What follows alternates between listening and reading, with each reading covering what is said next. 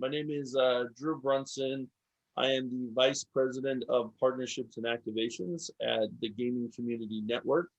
I have a bachelor's degree in marketing from UNLV, master's in business administration from UNLV, and I got my start in esports with Caesars Entertainment, the big resorts and hospitality group here in Las Vegas. I was the head of esports for Caesars for 3 years.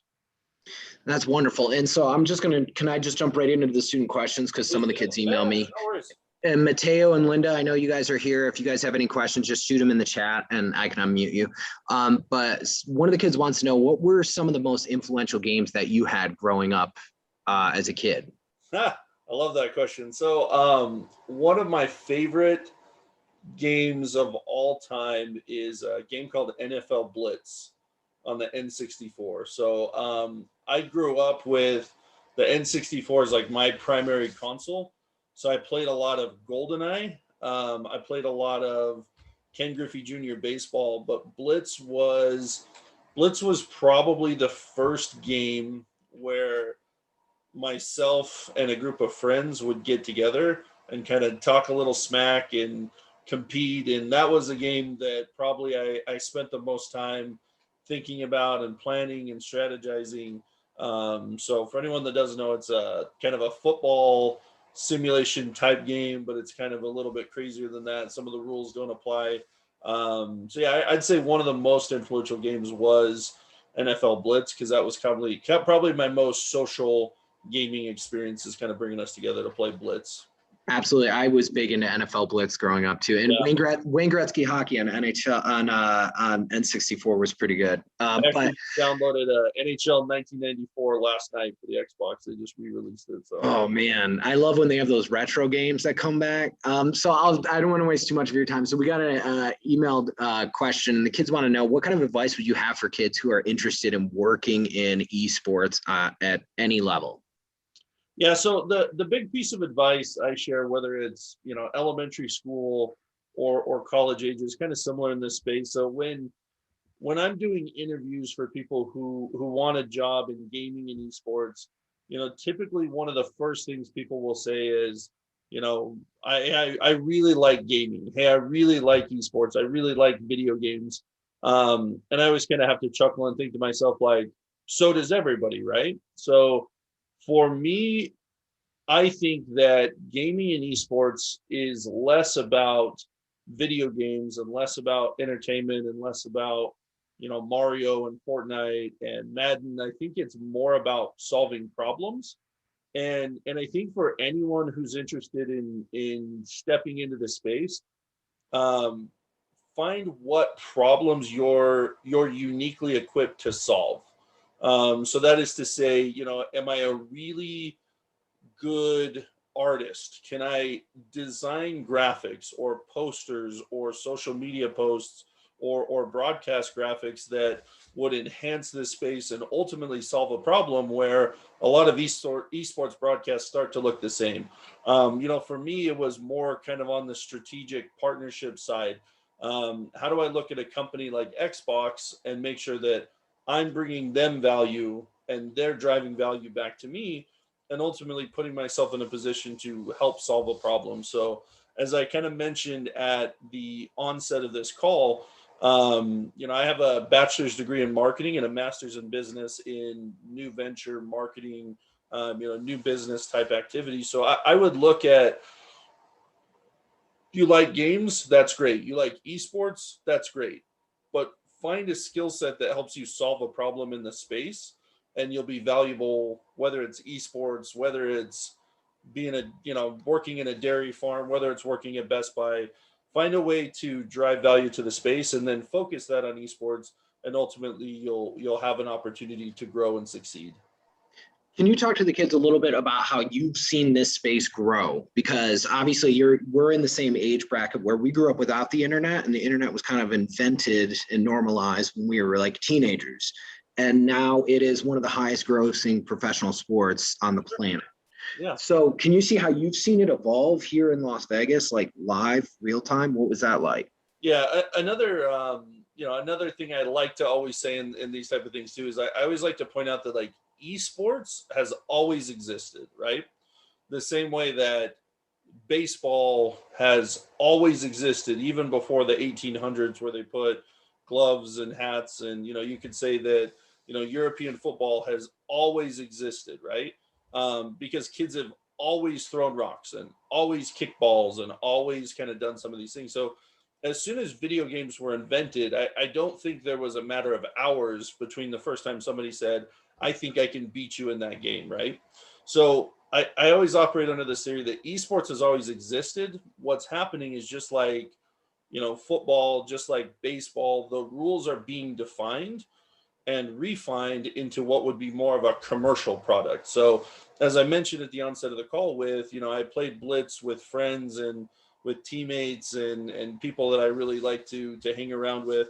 We were always trying to beat each other.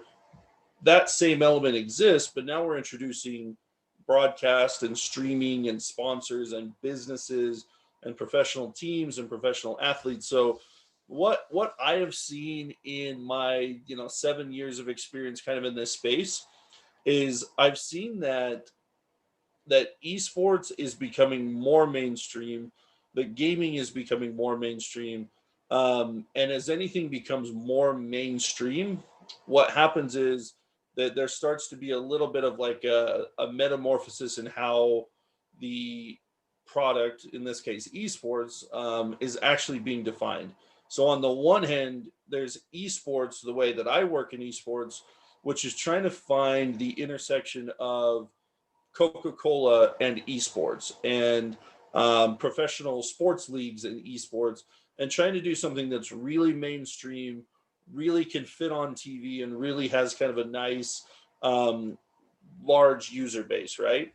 So those games are going to be Rocket League and Fortnite and League of Legends, some really popular games. But then some people always kind of stop and say, hey, what about Call of Duty? Hey, what about Street Fighter? What about Mortal Kombat and these fighting games?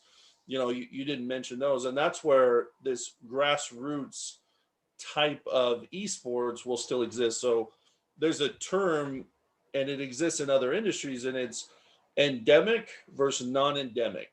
And endemic means that it is something that exists and is grown out of esports, right? So something like scuff controllers is an endemic, right? You don't see scuff controllers advertising in an American baseball game, right? They only advertise in video game type environments because they're very what's called endemic to that space. So what I have seen in the past couple of years is the separation between esports for the masses, mainstream, Fortnite type esports, and Call of Duty fighting games, Overwatch type esports. That gap's starting to get wider, and they're actually starting to become two separate ideas and two separate entities. And that's okay, because the way you treat really endemic esports, or very pure esports like Counter-Strike and Call of Duty, is very differently than you treat, you know, the McDonald's sponsored version of esports, right? So that's probably the biggest separation I've seen, is that those two are starting to continue to kind of separate, and that gap's getting wider, and they're actually becoming kind of two industries on their own. And I would identify it as esports as a sport or close to a sport, and esports as a marketing entity and a vehicle. Those were two combined things, but I think people now are starting to treat them separately. And then the viability can kind of live on its own, instead of, the term we would use is, round peg, square hole type attempts. Now they can really kind of separate and be two different things, and be strategized and monetized differently as well. That's interesting. And can you, the kids want to know, they want to see if you could speak on where you see the future of gaming going with the influx of virtual reality and augmented reality and even AI. Mm-hmm. Do you see those kind of saturating the esports market at all? Yeah, I personally have a hard time seeing VR and AR saturating into esports the same way we've seen like League of Legends and Fortnite grow. And the reason is it all comes down to what's called accessibility. So how easy can I get into a game of Fortnite, right? So for anybody who plays Fortnite or League of Legends, you'll know that you can play that on a phone. You can play it in a browser. I don't have to have, the latest, Alienware Area 51 3090 Ti graphics card to play Fortnite. I can play Fortnite on the same laptop I used to do my math homework. And that's where accessibility really comes in, where Fortnite really took off because it was easy to play, low fidelity graphics, low requirement on the hardware to actually compete. And a lot of people started to play it. And there's a fundamental kind of principle that exists in gaming, and that is things are successful where the masses are, right? And so, because Fortnite is easy to play, a lot of parents would let kids play Fortnite. Back to what we were talking about, Ralph, with kind of some of the violent content discussions.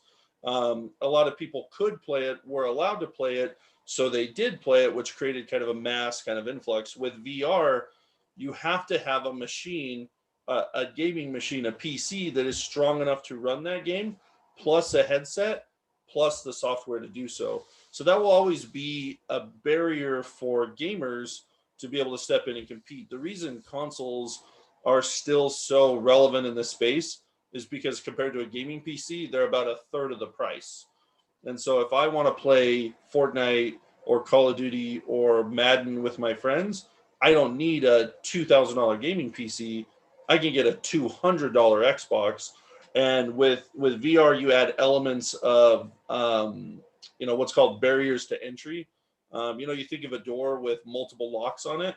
VR has the gaming headsets, the gaming PC, and those are two big locks. Whereas console is one tiny little latch.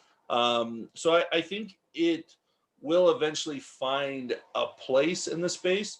I don't know if it will ever achieve the same popularity and growth until that hardware comes really low, until that need to let's say until that need to um, have the product readily available to everyone kind of comes low as well. Will that kind of take a shift? But as far as like where I see the future of the space going, I see the future of the space being disrupted a lot more often. And disruption is a term to mean, Fortnite's the most popular game until all of a sudden it's not.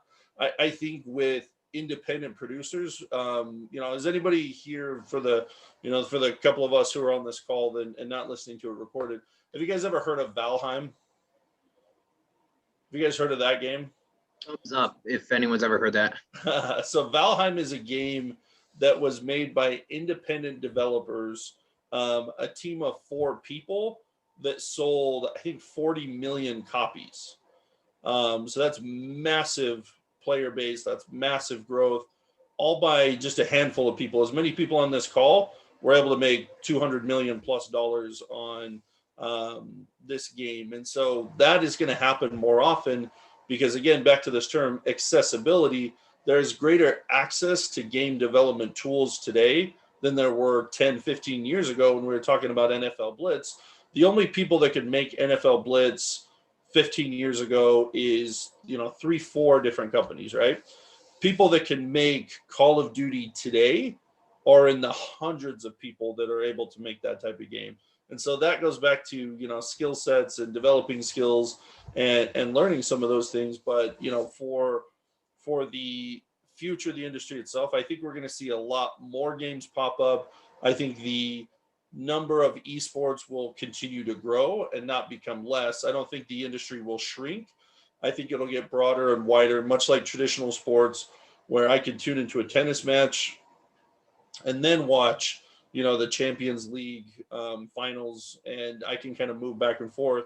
We're already seeing that today, but we have a couple games that dominate. I think that's just going to kind of get what's called wider and not deeper. And deeper would mean Call of Duty has all the players. What this would mean is all the players play 50 games, not just 3.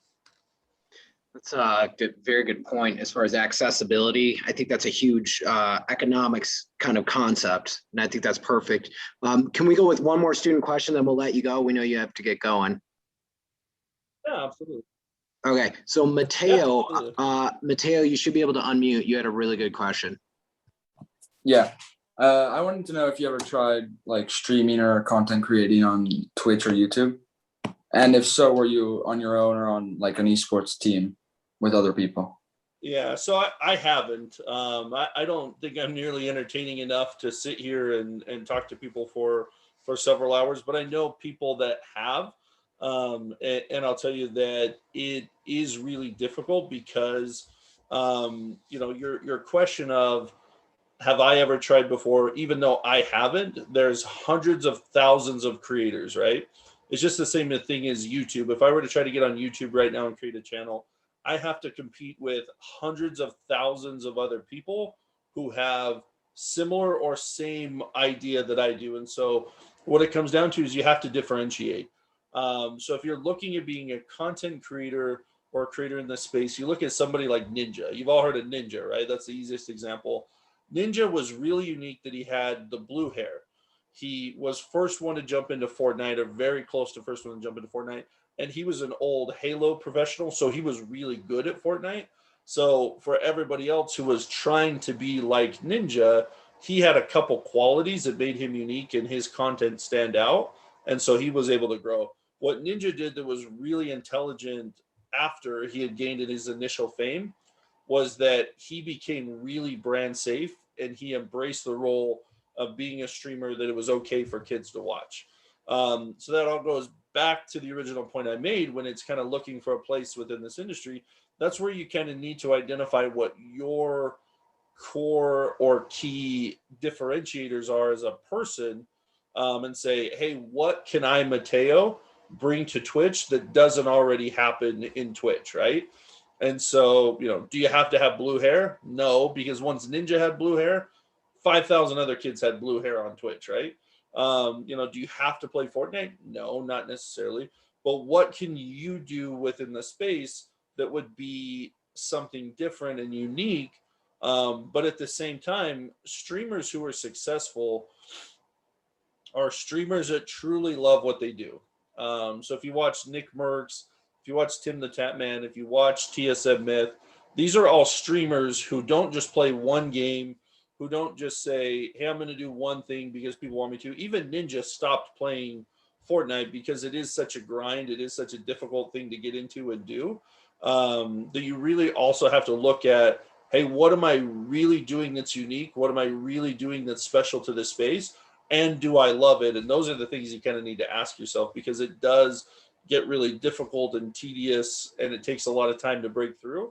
But for those individuals who are being successful, it's because people know that they're also having a good time doing that thing. I mean, Nick Merckx is not a good enough actor to pretend he likes to play Warzone for 6 or 7 hours, right? He's just not good at, nobody would be a good enough actor to pretend that. So he truly likes what he does and he mixes it up. He plays with different people, he plays different games, he'll stop and talk, he'll do a gym stream. So those are all kind of indications to me that if you're looking at getting in the content space, find out what makes you special, use what makes you special, kind of bring your skills and your talents to the space. Don't try to be like somebody else because somebody else already exists, right? Be true to yourself. And then secondly, you know, find something that you really like to do, and then you won't feel the grind quite as much. Like if I like I've never played League of Legends, and if I were to say today I'm going to become a League of Legends streamer, I promise you I won't be successful. Number one, because there's 100,000 League of Legends streamers that are better than me. And two, I'm not good at League of Legends and I don't like it. And I'm probably going to give up after a couple hours. So, you know, find what makes you unique, find what you love, and then kind of lean into those things.